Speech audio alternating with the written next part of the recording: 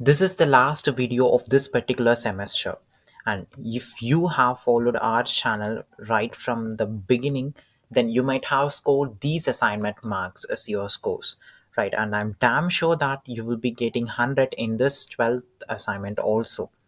And as we all may aware about that, NPTEL will consider only best 8 assignment mark out of 12 for 12-week courses.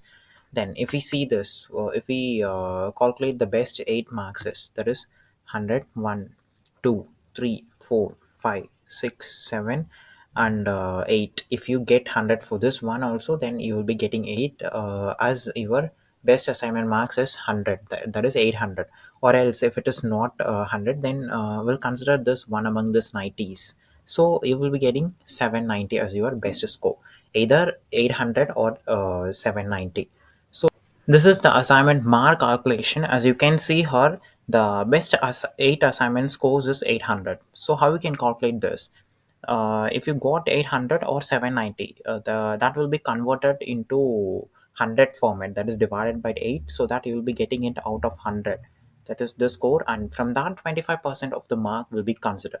So somehow your mark is somehow closer to 24 to 25 if you followed our channel right from the beginning. Okay, and now you need a minimum of 10 out of 25% in the assignment score for any of the NPTEL courses that you take for the purpose of certification, right? And 30 marks out of 75% in the final proctorate examination. With this, my part of helping you all in doing assignment is over. And now it's your turn to show who you are. If you take this course statistic into account, you can able to see this is the enrollment count. This is for the last semester, and for the last semester 15,000 enrollments are there, and out of that 15,000 only 3,000 registered for the examination, and from that 3,000 only 626 certified. That is, it is around 30% of the registered candidate certified. If you count these four columns together, you will get this 626. And these much is the participation count, which means that if you add this 1927 along with 626, then you will get a count which is around nearly 2,500, right? The difference in this count indicates that the 500 students didn't attended the final proctorate examination. Okay, so why this is too much difficult? Why people finding difficult to crack it? Only 600 or clearing the scores. What could be the reason behind that? The first one could be they might be lacking to score mark in the assignment itself. And the second reason is that this is a problematic paper and require a lot of preparation. You need to put some effects in order to score good marks. So simply preparing the assignment questions will not help you to get more mark and clear the certification. And now you have enough assignment mark, and I'm here to help you out in how to prepare for this examination, right? So this is the this current semester count. That is for this January to April 2024, 14,004 people enrolled, four candidates enrolled for this, and out of that, 3,622 registered for the examination. And this is the question pattern of this course. 31 marks will be asked, and 22 marks will be asked, and 3 marks will be asked. So total of 100 marks, which will be for 60 questions. And this course is offered by IIT Kharagpur. The IIT Kharagpur follow this question pattern. Even if you take the problem solving through programming in C, for that also same format will be followed, right?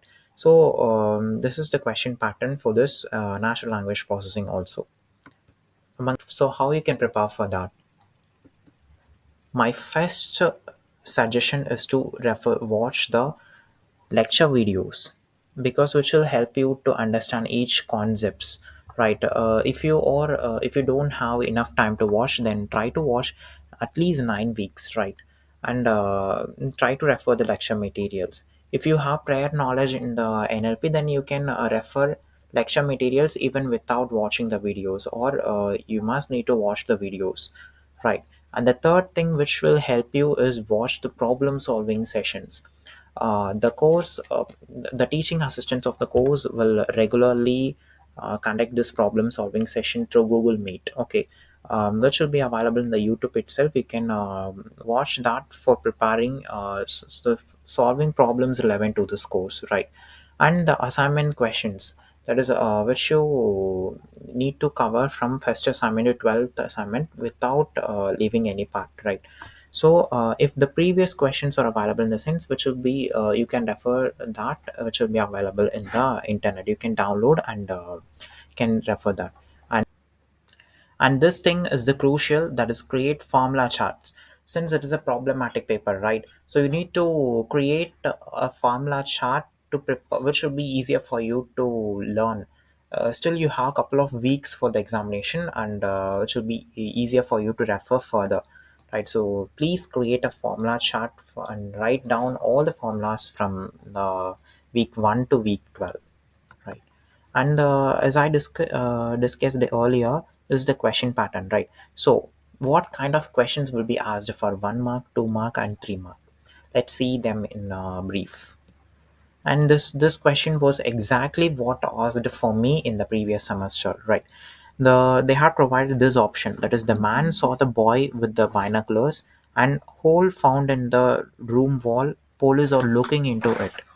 And these two options along with this option, that is will, this three options was provided, and the question is which among the following is an example for structural ambiguity. So what could be the correct answer? Obviously the first option, that is the man saw the boy with the binoculars, is the correct option. And this option, that is a hole found in the room wall, police are looking into, is the correct answer. So these two things are correct, and this one is not structural ambiguity, rather it is lexical ambiguity, right? This question was asked for me in 2 mark, right? So which indicates that you must need to refer the lecture material so as to cover a lot of 2 mark and 1 mark questions. And this is another type of question. It is a probability like question which was asked in 1 mark. That is, these are all the probabilities, and they asked us to find what could be the probability that is wrongly assigned.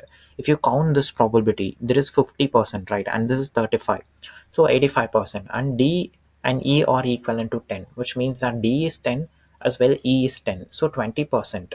So 85 plus 20 is 105%. So probability lies between 0 to 1. So 1.5 is 1.05 is not possible, right? So one of these probability is wrongly assigned, that you need to find. This is a type of question that was also asked in the previous semester, and you need to be clear about these topics, that is lexical relationships. This is the next type of question. You all may aware about the synonyms, homophones, homonyms. So prepare it well, and you may expect 2 to 3 questions from this topic. The so far discussed the concepts of for 1 mark as well 2 marks, right? And in addition to that, you may expect the assignment questions, not exactly the same, but you the similar kind of problems which you already solved for the assignment will also be asked. For me, exactly the assignment questions asked in this exam was only 4 questions was from the assignment questions. That is 1 3 mark, 1 2 mark, and 2 1 marks was exactly same even without changing the option. It was only 4 questions. So don't blindly believe that simply preparing the assignment questions will help you clear this examination. This is not the case with this natural language processing. So you need to understand the question. Don't memorize the question with the options given in the assignment questions, which will not be asked. I encountered only 4 problems from the assignment questions. So understand the problems and try to solve them. And this is a problem. This problem was asked in the previous semester examination. This is a 3 mark problem, right? Which will take some more time for you to solve. So it carries more weightage.